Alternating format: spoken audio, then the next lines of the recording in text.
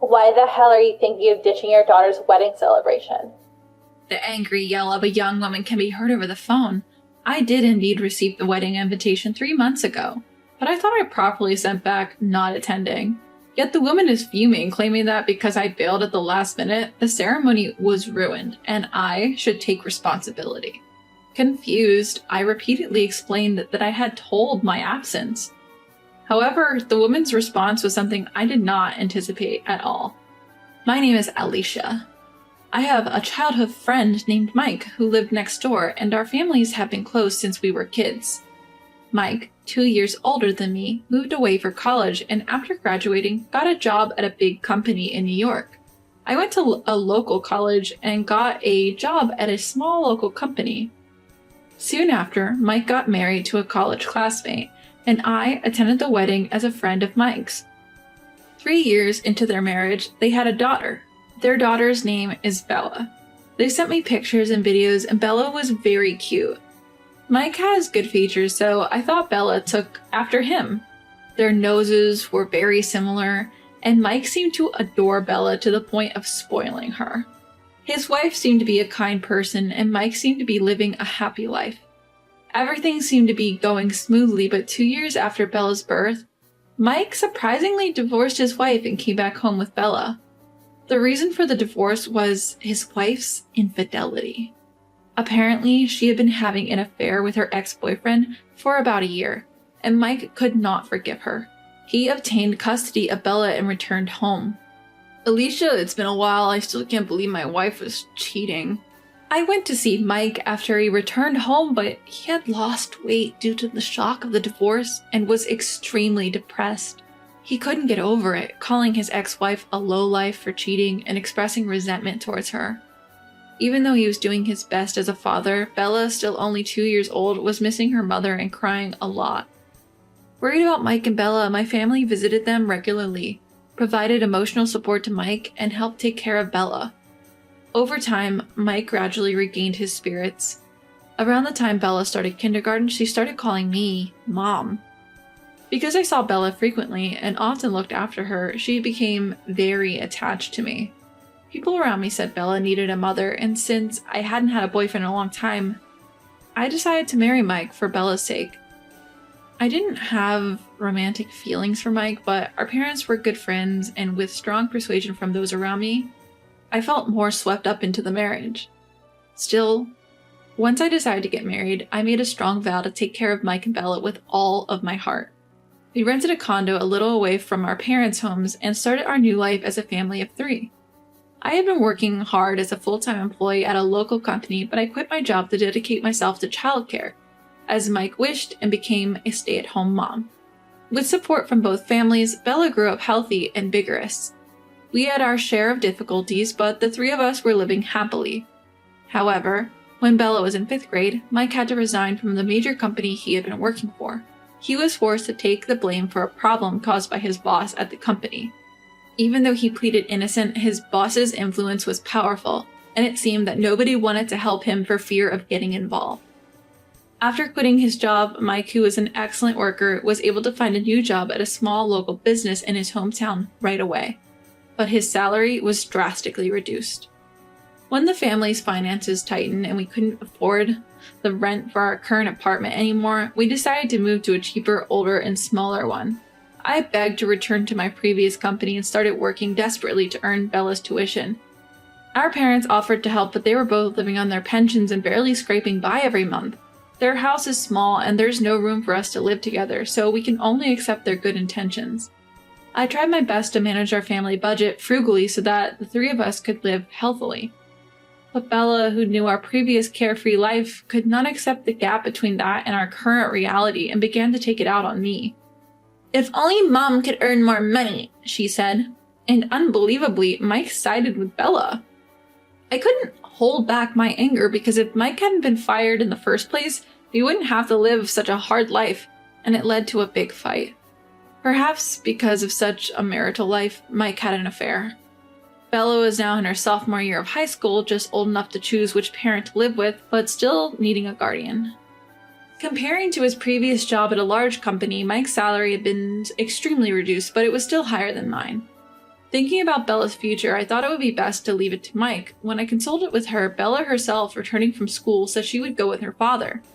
I live with Dad and my new mom. My new mom is unlike you. She is a rich lady. Plus, she started her own company and is popular as the beautiful CEO everyone's talking about. Being with you is just poverty-stricken and you're a stranger without a blood tie, right? It's okay to live miserably alone in the shabby apartment forever, isn't it?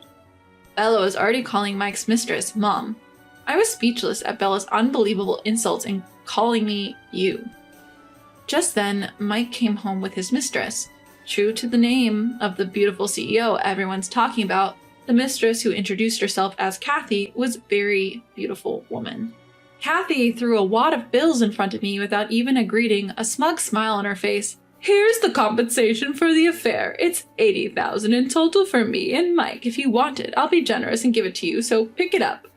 In my anger, I wanted to throw it back at her, but I took a deep breath and picked up the bills.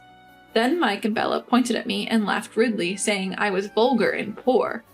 Kathy, with a triumphant look on her face, said, So we've settled.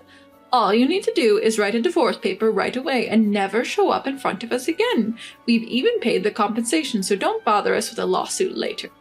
With that, the three of them left, laughing at me. I clenched the wad of bills tightly. I wanted to retort, and I felt like slapping all three of them in the face. However, considering it as alimony for two people, $80,000 was higher than the going rate. I realized that I wouldn't be able to win that amount even if I took it to court, so I decided to use the money to start my life anew. And so, 8 years later, I had forgotten about Mike and Bella completely while living a busy life. One day, out of the blue, my parents told me that an invitation to a wedding had arrived at their home. Apparently, it was addressed to me from Bella. When I looked at the actual invitation, the part that said unable to attend had been crossed out and attending was already circled. My parents said that it had been that way from the beginning, and feeling a bit creeped out, I rewrote unable to attend and mailed it back. I could have ignored it, but I thought it would be a hassle for the venue if the number of guests wasn't settled. 3 months later, during work, a colleague told me that a woman claiming to be my daughter was on the line for me. Could it be Bella? When I picked up the phone, Bella on the other end was so furious that she started yelling at me as soon as I took her off hold. How could you ditch my wedding, Mom? I instinctively pulled the phone away from my ear due to her loud, angry voice. Even then, Bella continued to yell. My wedding is ruined because of you. Listen, I don't have a daughter. Can you stop calling me? Huh? What are you talking about, Mom? We're family, right? Forgetting all about what happened 8 years ago, Bella laughed in a high-pitched voice. When I responded with a deep sigh, she started asking for money. Hey, Mom, your company is doing pretty well right now, isn't it? So you must be making a good salary. I'm struggling financially because my husband is asking for alimony. You'll help me out, right? Because your daughter is in trouble? Like I said, I don't have a daughter. If you're having trouble with money, you should talk to your rich and beautiful mom. When I responded like that, Bella started going on and on about how hard her life is now. It all started with a magazine. Kathy, who married Mike, apparently regularly purchases a famous trade magazine in her industry to see how her company is perceived by the public. Then she's noticed that a company had overtaken hers, which until then had been the talk of the town. It was the company I worked for. After my divorce from Mike, I worked tirelessly to forget about my married life. When the CEO said, "You know what social media is? Give it a try," I became the PR person, started being proactive on social media and gaining media exposure.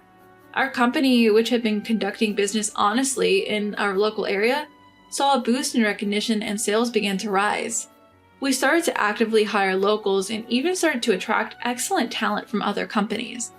As a result, sales went up, which attracted more people, and we started to create better products, and we found ourselves in a very good situation. This seemed to be a huge blow to Kathy, and she seemed desperate to surpass our company. However, it wasn't a clever strategy to boost their own sales, but rather by bad-mouthing me to their clients, saying, "A company that hires such a woman can't be good," as a means to pull us down. The staff were shocked that the competent CEO suddenly became emotional and started to meddle in the management with personal feelings. It seemed that many people who voiced their opinions were either demoted or fired. As a result, talented people started to leave Kathy's company, and it was also suspected and avoided by other companies. Before we knew it, a big gap had opened up between her company and ours. Unable to acknowledge this, Kathy began to lash out at Mike and Bella, and it seemed that Bella and the others did not see any value in Kathy, who was not wealthy. At home, it seemed that they were living a life where angry voices were constantly resounding. Unable to bear such days, Mike and Bella would find people who work at the same company as me and say, "I want to start over with Alicia, but Kathy is getting in the way," apparently crying. But most of the employees of the company are locals, and among the new hires there are also people who got fired from Kathy's company. Naturally, everyone knew about my relationship with Mike, so they were not treated by anyone as a shameless parent and child. Despite this, the two of them who wanted to get close to me again by any means thought if they invited me to Bella's wedding, I would not be able to decline, so they sent an invitation. Even if I returned it as an absence, they would treat me as present and advertise me widely to the guests. However, on the day of the wedding, I was absent. Moreover, because Bella disliked Kathy sitting in my mother's seat, they ended up having a big fight in the wedding venue, despite it being a place for celebration. Eventually, the disgusted guests left and Bella was served with divorce papers from the groom, who saw her true nature. Mom, come back home soon. Your company is money, right? I'll kick that woman out next time. Let's live together as three again. I'm in trouble if I'm blamed for not going as planned, involving people arbitrarily. Every time Bella calls me mom, I, who get a headache, repeatedly say, "We're not parent and child anymore, so stop contacting me," and I hang up. But since they keep calling over and over again, I consulted my boss and registered not only Bella's but also Mike's phone number as a nuisance call to the company. Perhaps they didn't have the leeway to call from a different number. I was able to have peace during working hours. When my work was over and I was on my way home, Bella, Mike, and Kathy were all waiting together. Bella, as always, accusing me of being heartless, Mike repeating his demands to get back together. Kathy was shouting at me to pay her money because I was breaking the promise of settlement by getting involved with Mike and the others. "Hey Bella, if you're struggling with money, wouldn't it be solved if your dad found a new rich mom? And Mike, you're the one who left with the other woman, so if you ask for a reconciliation with your ex-wife, me, it looks like you're a man who was also dumped by your current wife. Is that okay with you?" Both Mike and Bella, who had been so nosy, quietly closed their mouths. Finally, I looked at Kathy and smiled. "I've kept my promise to you. I haven't contacted these folks on my own. It's not me who's bad here. Isn't it these two trying to ditch you and sneakily getting in touch with me?" I quickly turned and headed back to the office. Behind me, the sound of three people hurling insults at each other echoed. With those people in my peripheral vision, I reported to the police that a squabbling family was on the brink of physical altercation. On the way home via a different route, I also contacted my parents' house to inform them that the actions of the three were becoming more intense. It just so happened, Mike's parents were also at home and responded with a reassuring, "If they show their faces, we'll give them a good beating." I asked them, "Please don't hit them, just keep the doors locked and avoid meeting them," before ending the call. When I went to work the next day, many people asked if I was okay. Apparently, after I left, the three really got into a brawl, and many police officers had to rush over in their patrol cars. Even with the arrival of the police, the trio remained agitated and didn't care about the attention they were garnering. Eventually, they were each put in a patrol car and reasoned with, but given it was rush hour, many people ended up witnessing the scene. Among them were Kathy's company employees and partners, resulted in several deals being called off. Kathy, a headstrong businesswoman who was so engrossed in her resentment towards me that she neglected her business, ended up bankrupt. Being a wealthy heiress, she seemed to have sought her parents' help, but was apparently told to take her responsibility for her actions and left to fend for herself. While Kathy was sorting out her business, Mike quickly took Bella and got divorced.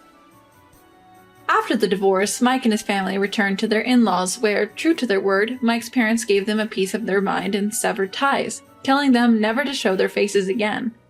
Since the people around our parents' home knew us well, they felt uncomfortable and quickly moved to a different town.